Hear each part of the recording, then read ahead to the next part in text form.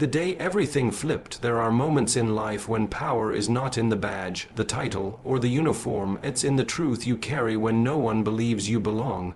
This story doesn't begin in a courtroom, a press conference, or a battlefield. It begins on an ordinary sidewalk outside a federal building, with a woman stepping out of her SUV and a patrol officer watching her through a cracked windshield. He didn't know her name, didn't ask. To him, she was just a face in the wrong place, a face he didn't trust, but what he didn't realize was that he had just picked the wrong woman, a woman whose silence could command armies. And in that moment, the storm began with a stare. Just before Officer Daniels took his first step toward what would become the biggest mistake of his career, the watchful eyes of a bias, the morning haze lingered over the city like a curtain not yet drawn.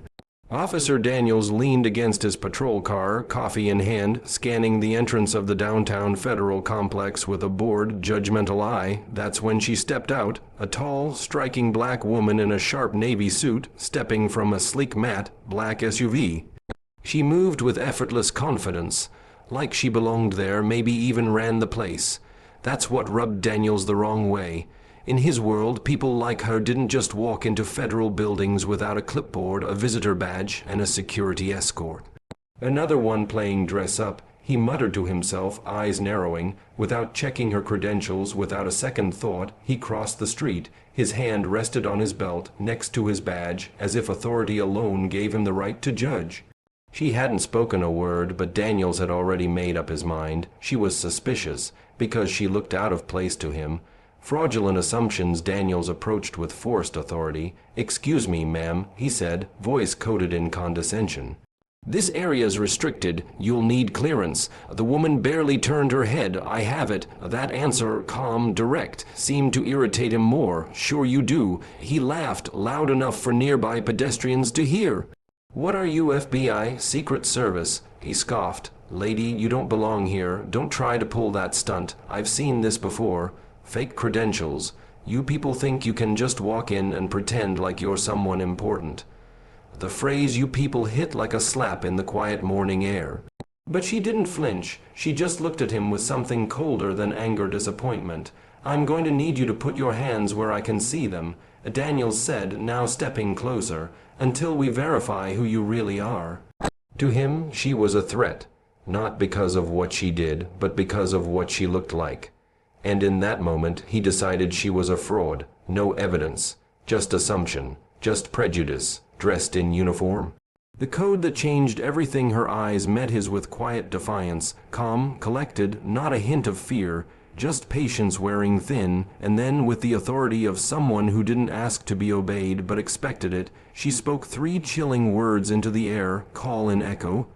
Daniels blinked, confused. "What did you say?" he snapped. She didn't repeat herself for him. She didn't need to. Instead, she tilted her chin slightly, her earpiece crackling to life with encrypted static. Something was happening, something he didn't understand, and that terrified him. The woman still hadn't moved, her hands relaxed by her sides, her expression unreadable, but the air had shifted. Pedestrians stopped walking. Phones went up. A city block that had buzzed with movement moments ago was now silent. Like everyone sensed the moment just before the storm, Daniel's hand twitched over his holster. He had no idea that those 3 words, call in echo, had just set something unstoppable into motion. Arrival of the unseen authority. Suddenly, the street roared to life. Out of nowhere, 3 matte, black SUVs skidded into position, their tires carving steam from wet asphalt.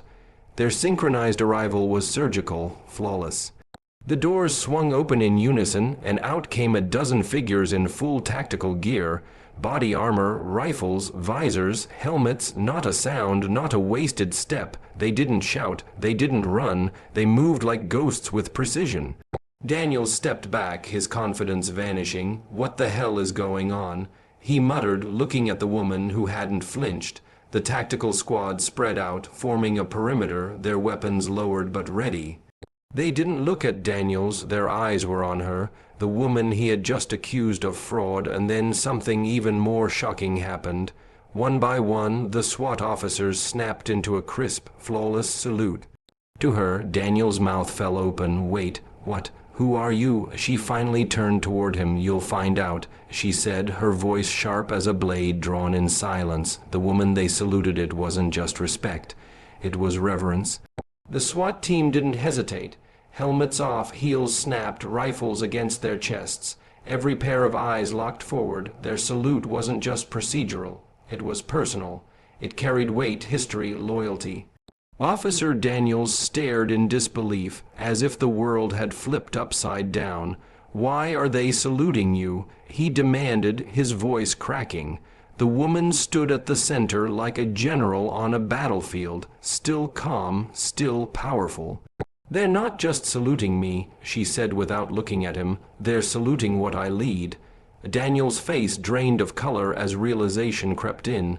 This wasn't some imposter playing dress up. This wasn't someone with a fake ID. This was a leader, his superior by ranks he couldn't even count, and worse. He had profiled her. He had tried to cuff the woman every soldier on that street would follow into fire without question. The true identity unmasked. The silence broke when a man in heavier armor stepped forward. His badge patch read Unit Commander Echo Tactical Division. He faced Daniels coldly, then turned to the woman. "Lieutenant Commander Naomi Jordan, is everything all right?" Daniels froze in place. Naomi Jordan, the name thundered in his mind. Of course he knew it. Everyone in law enforcement did. Former Navy SEAL. Counterterrorism expert, the youngest woman ever to command Echo Tactical Response, Medal of Valor, 3-time deployment in active war zones, and now the commanding officer of the most elite urban tactical unit on U.S. soil. Daniels had just called her a fraud. "She's our superior officer," the squad leader said to the crowd forming around them, "and she outranks every uniform within 10 city blocks." Daniel's authority crumbled. His arrogance had led him to humiliate a hero, someone who had sacrificed more than he'd ever understand. The shame weighed heavier than his badge ever had. Realization in the shadow of greatness. Daniels stood rooted to the spot, as if the concrete beneath him had hardened around his boots. The SWAT team's formation, the synchronized salute, and the name Naomi Jordan echoed like cannon fire inside his head. Everything clicked too late. He remembered the news articles, the war's own rescues, the Homeland Security briefings, the interviews.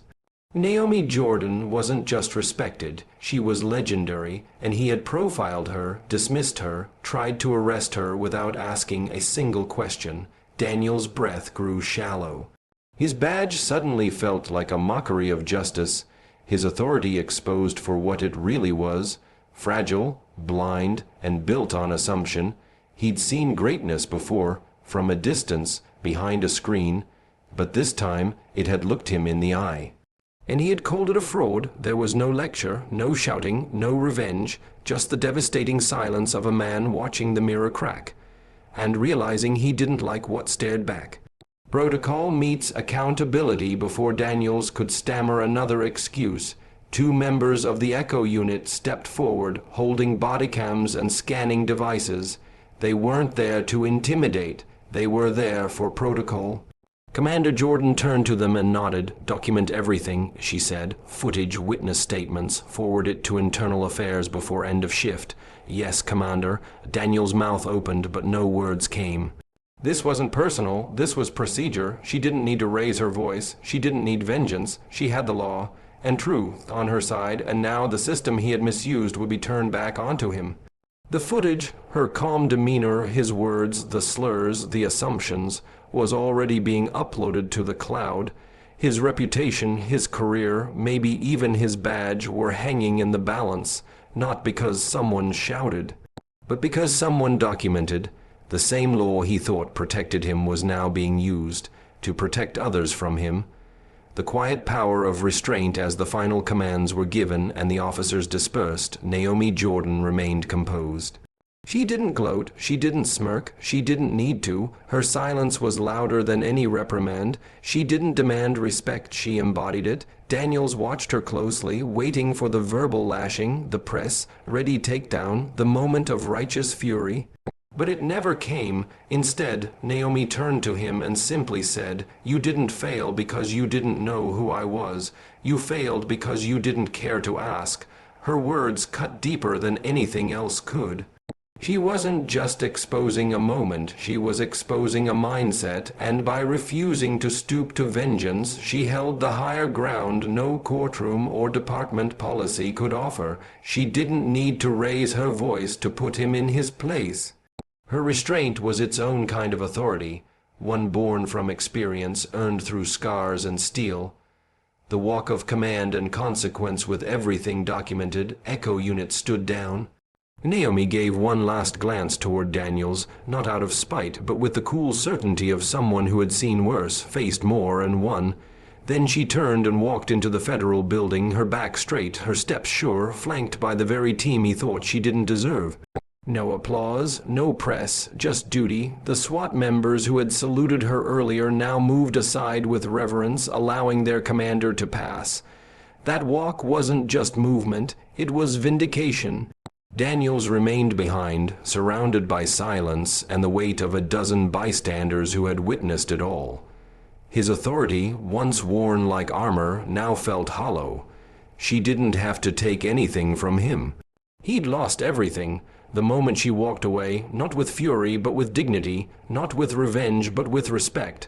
The kind you don't demand, the kind you command. The echo that never fades. Officer Daniels didn't lose his badge that day. But he lost something deeper, something no internal review board could restore. He lost the illusion that power lies in assumptions, that appearance defines authority, and that judgment can walk ahead of truth.